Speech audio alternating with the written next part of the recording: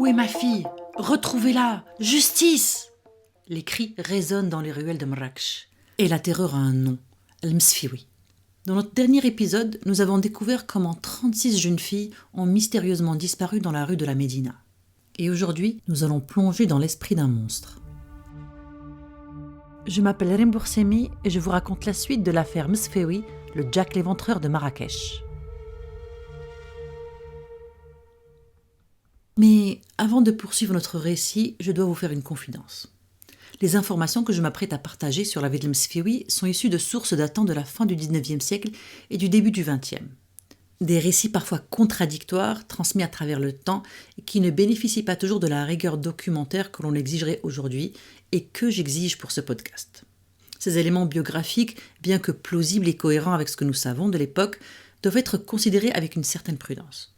Je ne peux pas vous garantir leur exactitude absolue. Néanmoins, ils nous offrent un éclairage précieux sur le parcours de cet homme, sur sa psychologie et peut-être sur ce qui l'a conduit à commettre ces actes monstrueux. Comme un archéologue assemblant les fragments d'un vase brisé, j'ai tenté de reconstituer le portrait de cet homme qui a terrorisé Marrakech. Certaines pièces manquent, d'autres sont peut-être mal placées, mais l'image qui en émerge nous aide à comprendre, sans jamais excuser, comment un artisan respecté a pu se transformer en l'un des tueurs les plus prolifiques de son temps. Alors qui était vraiment Haj Mohamed Al-Msfioui? Son histoire commence loin de Marrakech, dans la ville côtière de Safi, Asfi. Né dans une famille modeste, il grandit aux côtés de 4 frères. Son père est cordonnier, un métier honorable qui nourrit sa famille. Le jeune Mohamed apprend à lire et à écrire, une rare chance à une époque où l'analphabétisme est la norme. Mais c'est un voyage qui va tout changer. Alors qu'il est encore jeune, son père décide de partir en pèlerinage à la Mecque et l'emmène avec lui. Sur la route, le destin frappe. Son père tombe gravement malade et meurt. Mohamed l'enterre en terre étrangère et poursuit seul son voyage. Quand la nouvelle atteint sa mère au Maroc, elle ne survit pas au choc et en quelques semaines, le jeune homme perd ses 2 parents. Ses frères se marient, font leur vie. Mohamed, lui, reste seul.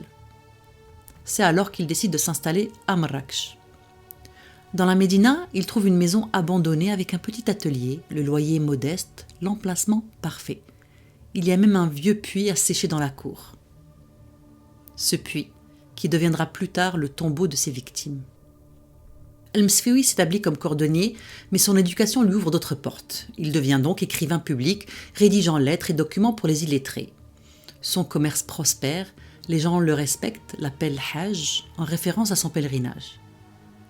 Mais derrière cette façade respectable se cache une autre réalité. Al-Msfioui mène une double vie.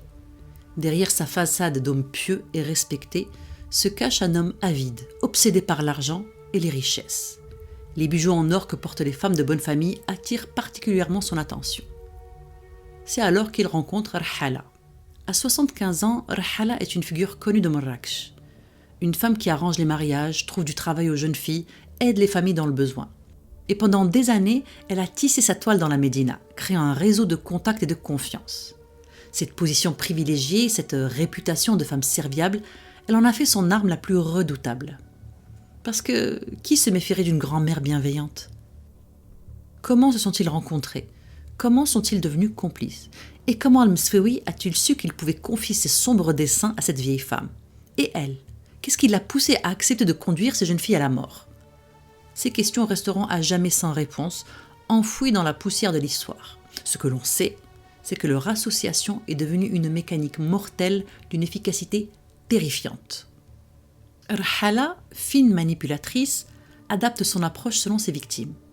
Pour les filles de famille aisée, elle se présente comme une entremetteuse respectée, prétendant avoir des propositions de mariage intéressantes. Pour d'autres, elle parle de bijoux précieux à vendre à prix d'amis. Sa réputation et son âge inspirent confiance. « Ma fille, j'ai des parures magnifiques à te montrer. » Ou encore « J'ai une famille honorable qui cherche une épouse pour leur fils. » Et elle les entraîne dans l'atelier d'Al-Msfioui. Et une fois dans l'atelier, le piège se referme. Un verre de thé, quelques gouttes de poison, les victimes perdent conscience.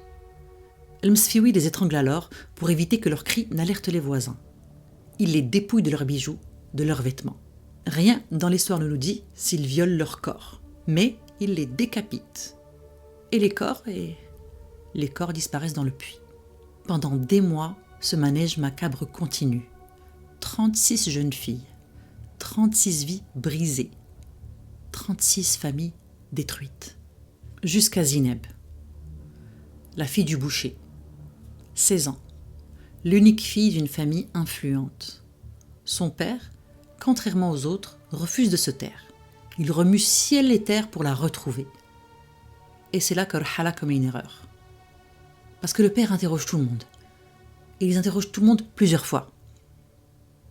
Rhala, face aux questions du père, hésite, bafouille. Son visage trahit sa nervosité.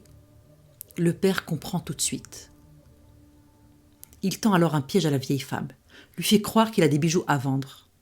Quand elle arrive chez lui, il la capture.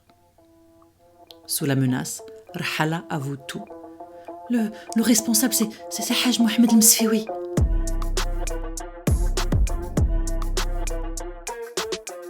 La suite de cette histoire macabre, l'horreur qui attend les autorités dans l'atelier de Msfioui et son châtiment extraordinaire, tout ça dans notre prochain et dernier épisode. Maroc d'ombre et de mystère est une production de Red Donkey Creative. Cet épisode est préparé et réalisé par Rem Boursemi. Nous sommes sur Instagram si vous voulez nous parler. À très vite pour un nouvel épisode.